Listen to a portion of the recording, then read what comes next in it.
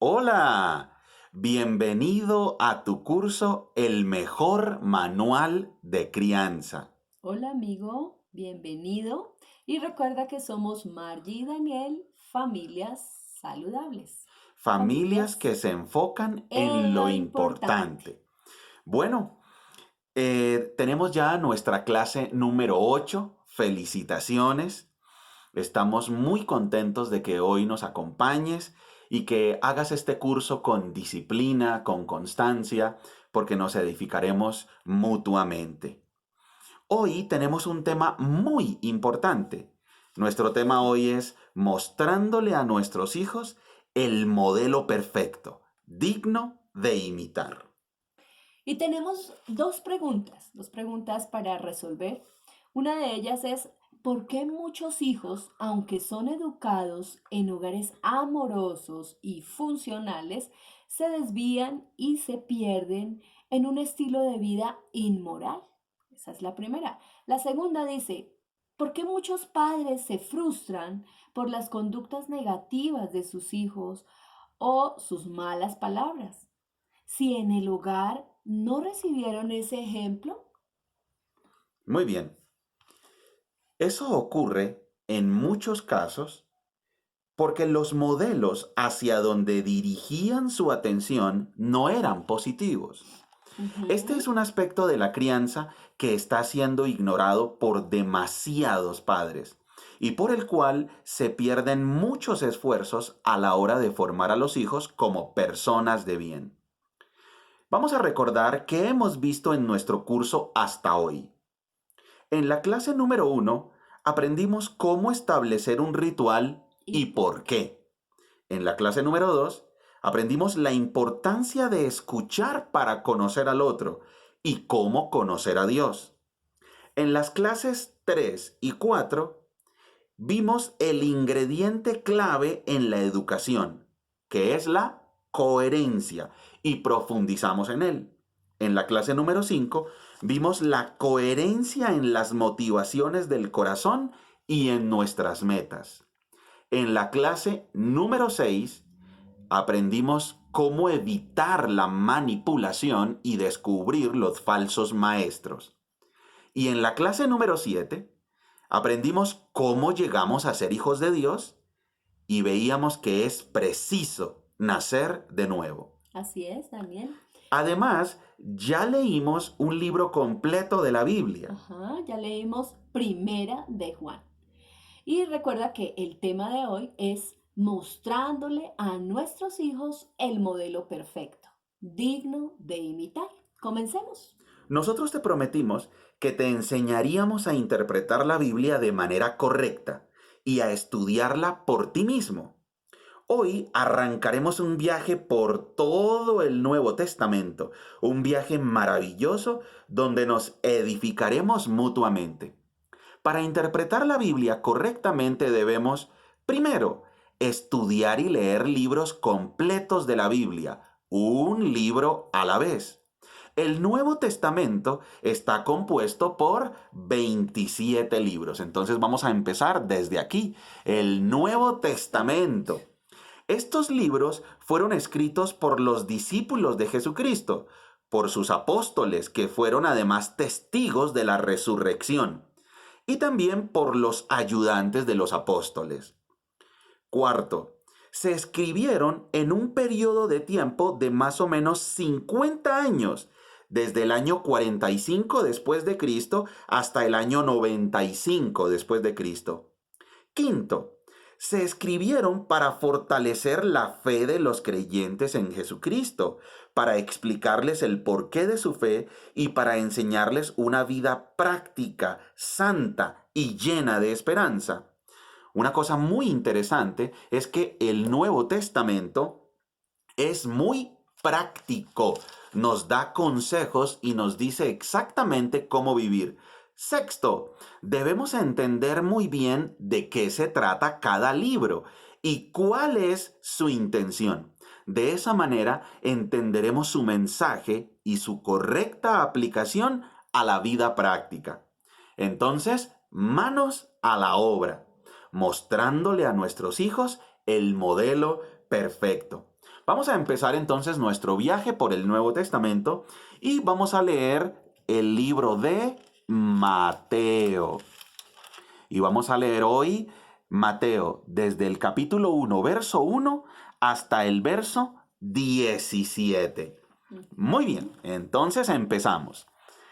El siguiente es un registro de los antepasados de Jesús, el Mesías, descendiente de David y de Abraham.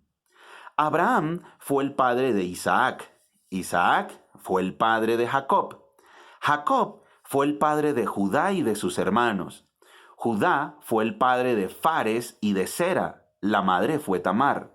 Fares fue el padre de Hezrón. Hezrón fue el padre de Ram. Ram fue el padre de Aminadab. Aminadab fue el padre de Naasón. Naasón fue el padre de Salmón. Salmón fue el padre de Booz. Su madre fue Rahab. Booz fue el padre de Obed. Su madre fue Ruth. Obed fue el padre de Isaí. Isaí fue el padre del rey David. David fue el padre de Salomón. Su madre fue Betsabé, la viuda de Urías. Salomón fue el padre de Roboán. Roboán fue el padre de Abías. Abías fue el padre de Asa. Asa fue el padre de Josafat. Josafat fue el padre de Joram. Joram fue el padre de Usías. Usías fue el padre de Jotam. Jotam fue el padre de Acaz. Acaz fue el padre de Ezequías. Ezequías fue el padre de Manasés. Manasés fue el padre de Amón. Amón fue el padre de Josías. Josías fue el padre de Joaquín y de sus hermanos, quienes nacieron en el tiempo del destierro a Babilonia. Luego del destierro a Babilonia, Joaquín fue el padre de Salatiel. Salatiel fue el padre de Zorobabel. Zorobabel fue el padre de Abiud. Abiud fue el padre de Eliaquim. Eliaquim fue el padre de Azor. Azor fue el padre de Sadoc. Sadoc fue el padre de Aquim. Aquim fue el padre de Eliud. Eliud fue el padre de Eleazar. Eleazar fue el padre de Matán. Matán fue el padre de Jacob. Jacob, el padre de José, esposo de María. María dio a luz a Jesús, quien es llamado el Mesías. Todos los que aparecen en la lista abarcan 14 generaciones, desde Abraham hasta David, 14 desde David hasta el destierro a Babilonia y 14 desde el destierro a Babilonia hasta el Mesías. Excelente. Bueno, esto es algo muy interesante cuando empezamos a leer el Nuevo Testamento. Bueno, ¿y por qué el Nuevo Testamento empieza con una lista de los antepasados de Jesús? No sé si alguna vez te ha pasado que tú dices, oye, ¿sabes qué? Voy a empezar a leer la Biblia, voy a empezar a leer el Nuevo Testamento. Y con lo primero que te encuentras tú es con una lista de personas. Y tú, bueno, y pasas, ¿ok? Pero ¿por qué está aquí? Hay varias razones, vamos a enumerar 3 razones por las cuales aparece esta genealogía empezando el Nuevo Testamento. Esta genealogía está aquí para demostrar que Jesús es el Mesías prometido en el Antiguo Testamento. Segundo, está aquí esta genealogía para probar el cumplimiento de las profecías acerca del rey que vendría. Y tercero, une el Antiguo Testamento con el Nuevo Testamento y le da unidad, coherencia y lógica. Bien, vamos a analizar algo. Todos estos personajes que están en la genealogía, pues son los protagonistas del Antiguo Testamento, desde Génesis hasta Malaquías. Entonces el autor lo que hace es decir, oye, mira, ¿te acuerdas en lo que venía la historia? Porque la Biblia tiene un hilo conductor. Desde Génesis hasta Apocalipsis es una sola historia. solo que para entender muy bien la historia hay que empezar por el Nuevo Testamento. Pero entonces él nos está diciendo, mira, los protagonistas del Antiguo Testamento están aquí. ¿Te acuerdas en lo que venía la historia? Entonces él hace un resumen, pero este resumen es un resumen de nombres, de los protagonistas. Bien, ahora, este libro de Mateo fue escrito para judíos cristianos. Fue escrito para demostrarle a los judíos que Jesucristo es el Mesías. Para nosotros no tiene mucha importancia pues saber si Jesucristo venía del linaje real o no, si era hijo de David o no. Pero para un judío sí, porque ya el Antiguo Testamento había predicho exactamente de quién iba a ser el hijo, el Mesías, descendiente de quién, dónde iba a nacer, de qué tribu, de qué familia, todo estaba registrado aquí en la historia. Por eso el autor pone esta lista de nombres para demostrar que Jesucristo es el Mesías, la continuación de esta historia, el prometido más de 700, de 1500 años antes de su nacimiento, ya estaba profetizado que iba a venir.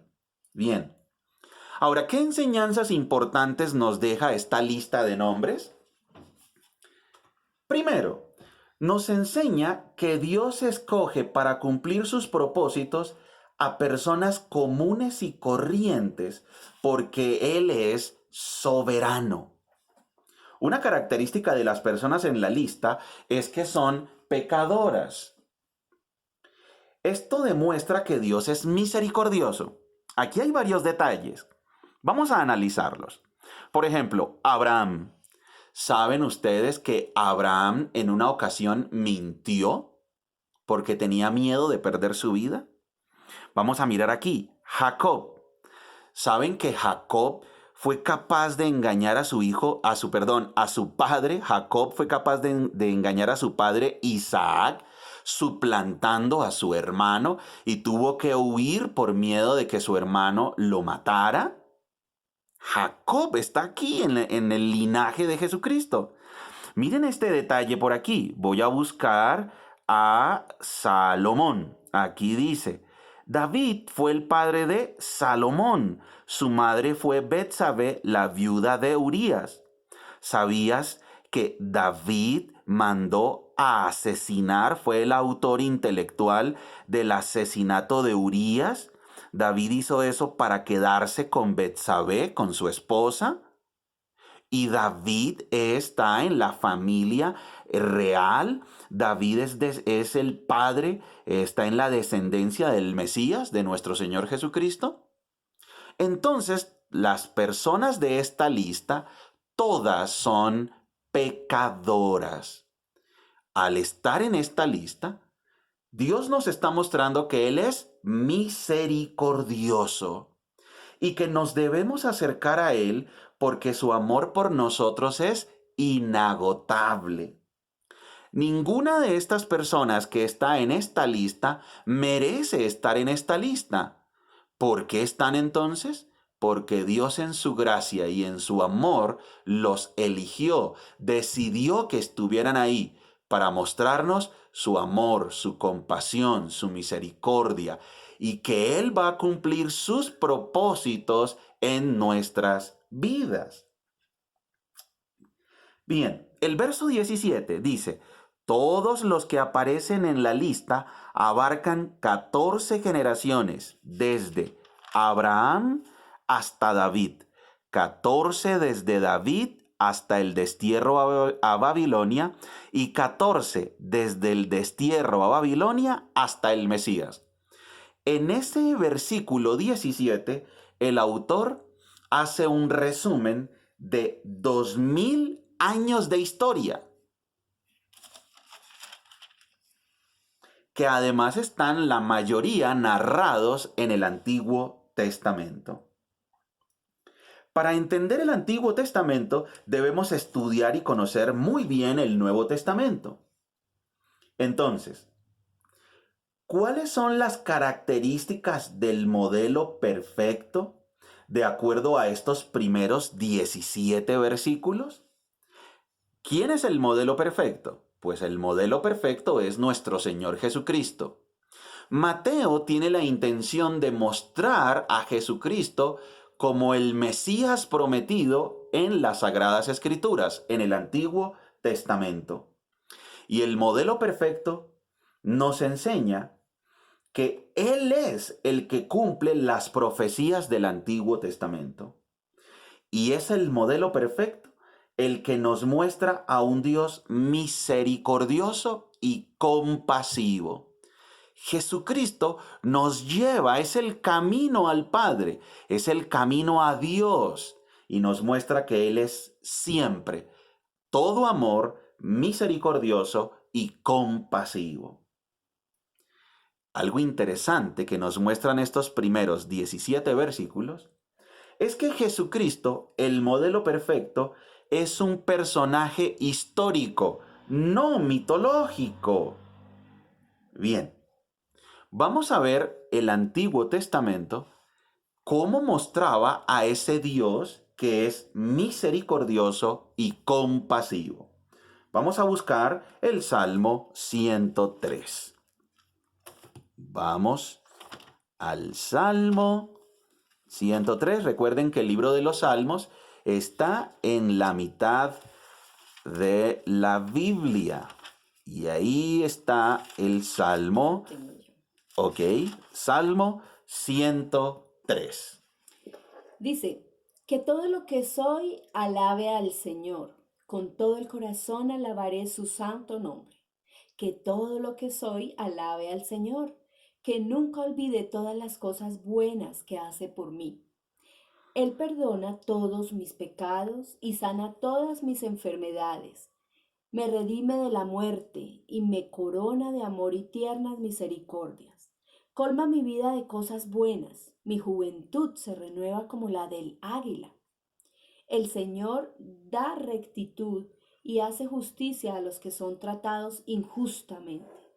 Dio a conocer su carácter a Moisés y sus obras al pueblo de Israel. El Señor es compasivo y misericordioso. Interesante. Ahí dice, el Señor es compasivo y misericordioso. Lento para enojarse y está lleno de amor inagotable. No nos reprenderá todo el tiempo, ni seguirá enojado para siempre. No nos castiga por todos nuestros pecados, no nos trata con la severidad que merecemos, pues su amor inagotable hacia los que le temen es tan inmenso como la altura de los cielos sobre la tierra. Llevó nuestros pecados tan lejos de nosotros como está el oriente del occidente. El Señor es como un padre con sus hijos, tierno y compasivo con los que le temen. Nuevamente, el Señor es como un padre con sus hijos. ¿Cómo es Dios? Tierno y compasivo. Pues Él sabe lo débiles que somos. Se acuerda de que somos tan solo polvo. Nuestros días sobre la tierra son como la hierba, igual que las flores silvestres, florecemos y morimos. El viento sopla y desaparecemos como si nunca hubiéramos estado aquí. Pero el amor del Señor permanece para siempre con los que le temen. Nuevamente, pero el amor del Señor permanece para siempre. Con los que le temen. Su salvación se extiende a los hijos de los que son fieles a su pacto, de los que obedecen sus mandamientos.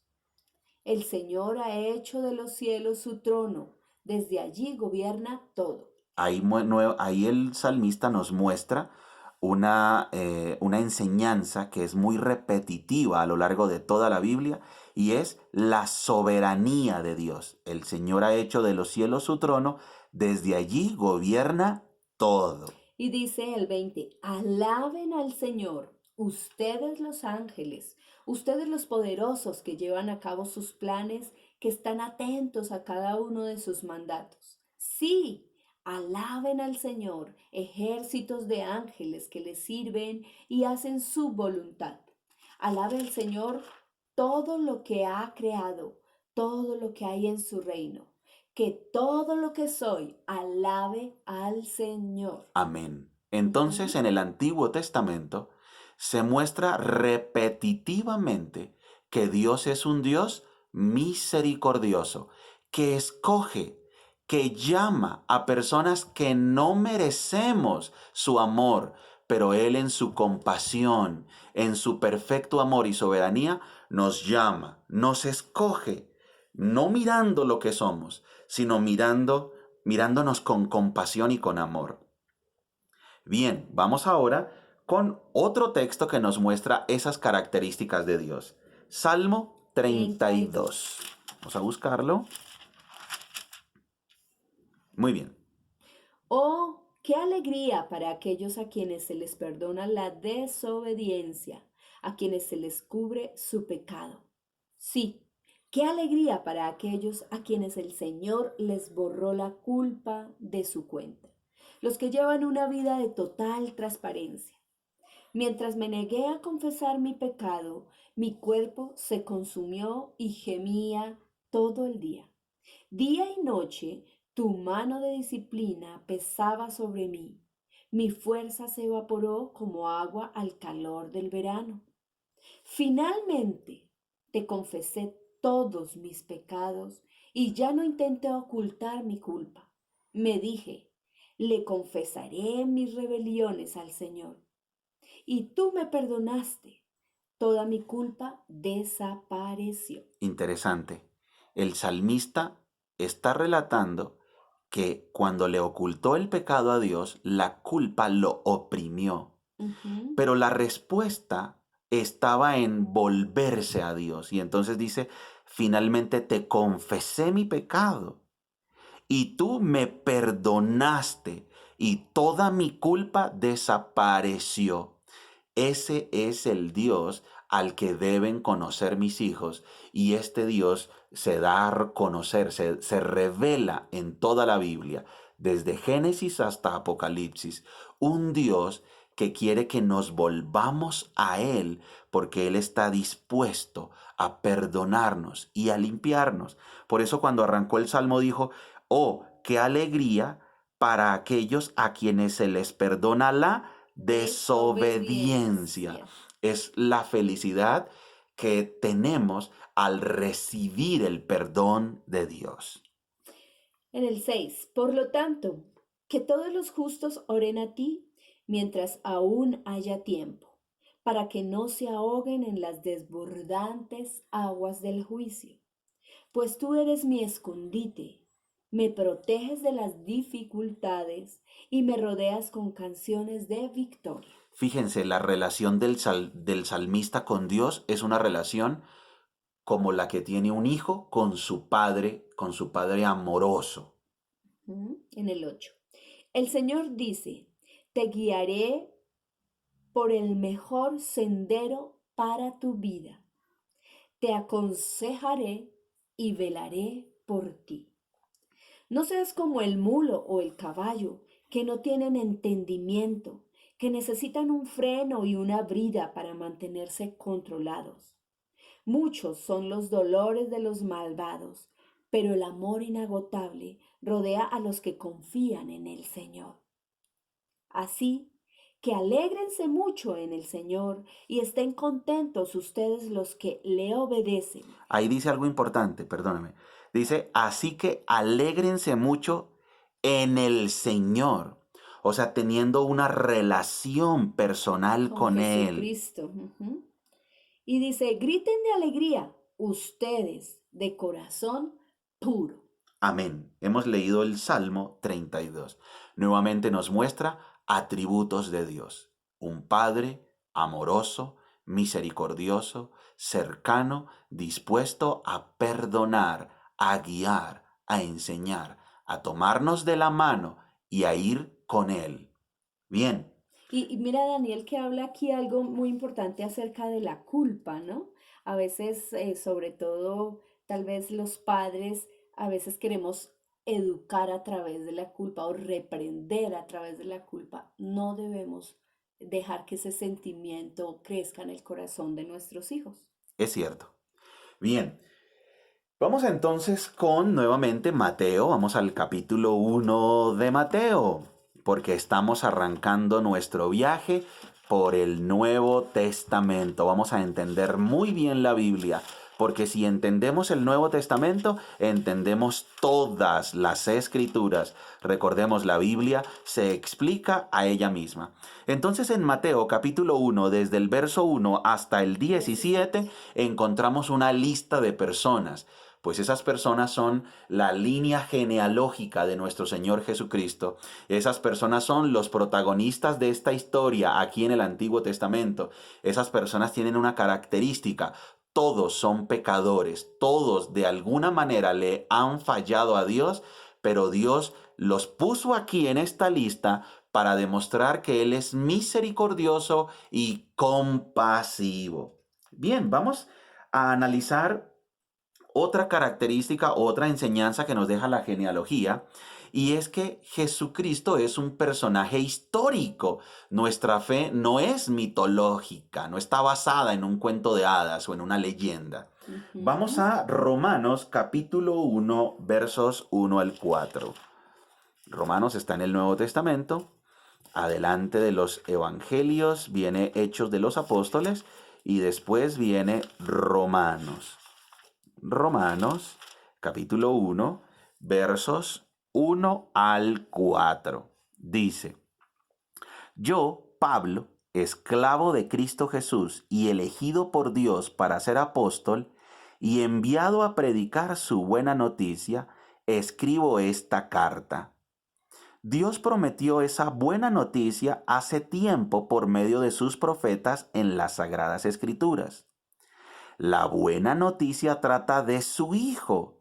En su vida terrenal, Él fue descendiente del rey David. Por eso está aquí la Ujú. lista y la genealogía, para demostrar que Jesucristo es el Mesías prometido en el Antiguo Testamento. Ujú.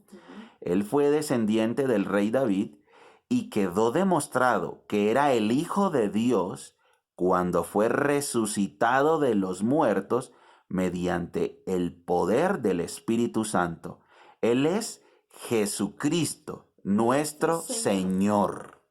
Muy bien.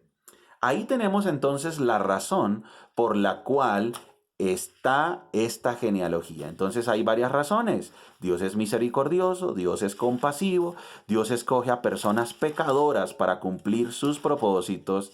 Podemos acercarnos a Dios sin miedo, porque Él es un Padre que se compadece con nosotros, porque es tierno en amor, porque es lleno de toda ternura, Él nos guía. Su tierno amor no lo podemos comprender, solo podemos acercarnos a Él con fe y creer que Él es galardonador de los que le buscan. Muy bien, ahora vamos a ver, para terminar, la aplicación práctica de este capítulo 1, de estos primeros 17 versículos. Debe ser nuestra principal meta llevar a nuestros hijos a que a través de la Biblia conozcan, amen y se relacionen con el modelo perfecto, que es Jesucristo. Y segundo, por eso debemos procurar que nuestros hijos estudien con nosotros la Biblia, con disciplina y constancia, para que conozcan al modelo perfecto. Muy bien, felicitaciones. Muchas gracias por estar Hemos aquí. terminado esta clase, la clase número 8 del mejor manual de crianza, y vamos a terminar con una breve oración, dándole gracias a Dios por ser ese Padre misericordioso y compasivo. Señor, te damos gracias. Gracias, Señor. Gracias, Dios, por enviar a tu Hijo Jesucristo para pagar el precio de nuestro pecado. Gracias por ese modelo perfecto. Y gracias porque en la Biblia, en las Escrituras, te revelas, te muestras a nosotros como compasivo, misericordioso, lleno de amor inagotable.